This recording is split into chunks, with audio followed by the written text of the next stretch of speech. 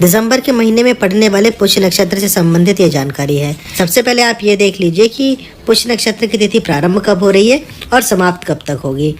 पुष्य नक्षत्र मंगलवार 17 तारीख रात को 12:44 पे प्रारंभ होगी और समाप्त होगी बुधवार 18 दिसंबर रात को 12:58, यानी कि अंग्रेजी कैलेंडर के हिसाब से यहाँ भी जो तारीख है वो बदल चुकी होगी, वो गुरुवार 19 तारीख लग चुकी होगी।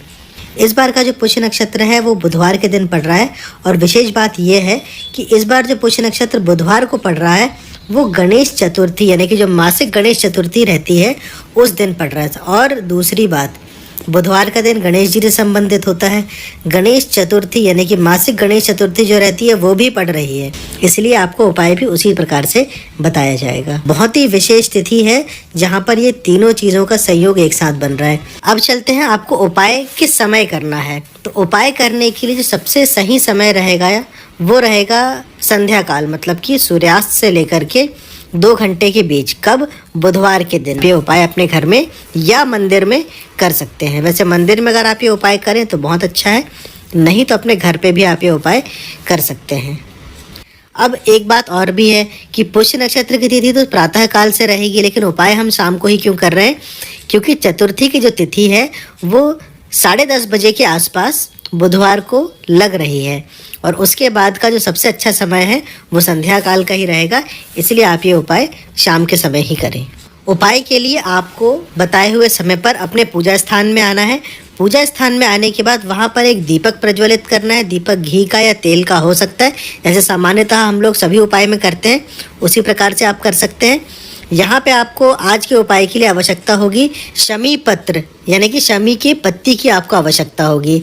अगर शमी पत्र ना हो तो आप दूर्वा का प्रयोग भी कर सकते हैं, जिसे हम दूबा भी कहते हैं, दूब घास भी कहा जाता है, आप उसका प्रयोग कर सकते हैं। प्राथमिकता लेकिन आप शमी पत्र को ही दीजिएगा।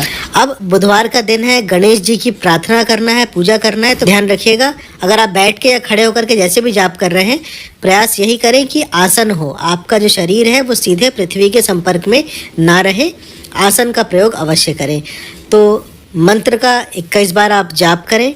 जैसे 21 बार जाप हो जाए तो उसके बाद जो शमी पत्र आपने ले रखा है उस शमी पत्र को भी इसी मंत्र का जाप करते हुए भगवान गणेश को अर्पित करें। शमी पत्र नहीं है तो यही विधि आप दूर्वा के साथ भी कर सकते हैं।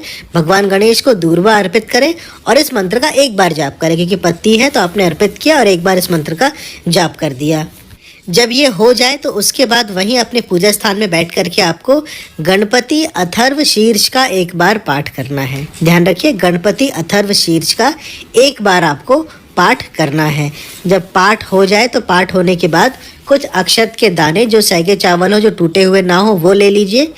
लेने के बाद हाथ में, अपने सीधे हाथ में रख करके भगवान गणेश से प्रार्थना करिए कि पूजा में जो भी गलती हो गई हो उसके लिए वो आपको क्षमा करें। जो कमी रह गई हो उसे इस अक्षत के दाने से पूरा करने या समझने की कृपा करें। और ये बोलते हुए गणेश जी के सामने आप इन अक्षत के दानों को एक कटोरी में छोड़ दीजिए। और फिर अगले दिन प्रातः जब भी आप अपने पूजा स्थान में आए पूजा करने के लिए, तो उस समय इन अक्षत के दानों को किसी भी फूल के गमले में ले जा करके डाल दीजिए। अब ये तो हो गई पूजा।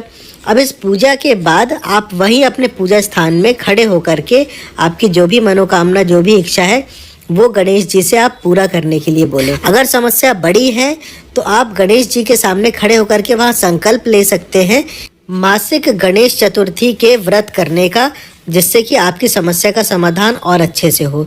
चाहे वो 3 हो, 5 हो, 7 हो, जो भी हो, जितना भी आप बोलना चाहे, करना चाहे, संकल्प ले सकते हैं।